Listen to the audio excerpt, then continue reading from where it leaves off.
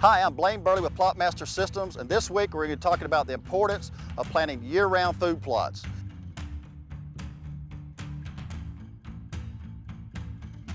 Year-round food plots are very important if you want an effective wildlife management program, especially if you want to keep the game on your property year-round. That's very important in there because you want to imprint that game, especially your deer, your turkey. You want to let them know this is where their food source is. Like this particular plot right here, I planted in the fall right there. It's got oats, it's got wheat, it's got clover in there. It also has some brassicas, so it's kind of a smorgasbord, so it's always got something in there for those deer and turkey to eat on a year-round basis.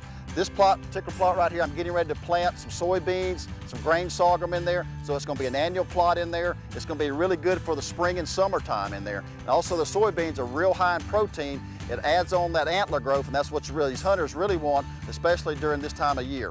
For more information on planting wildlife food plots, you can go to our website at plotmasters.com.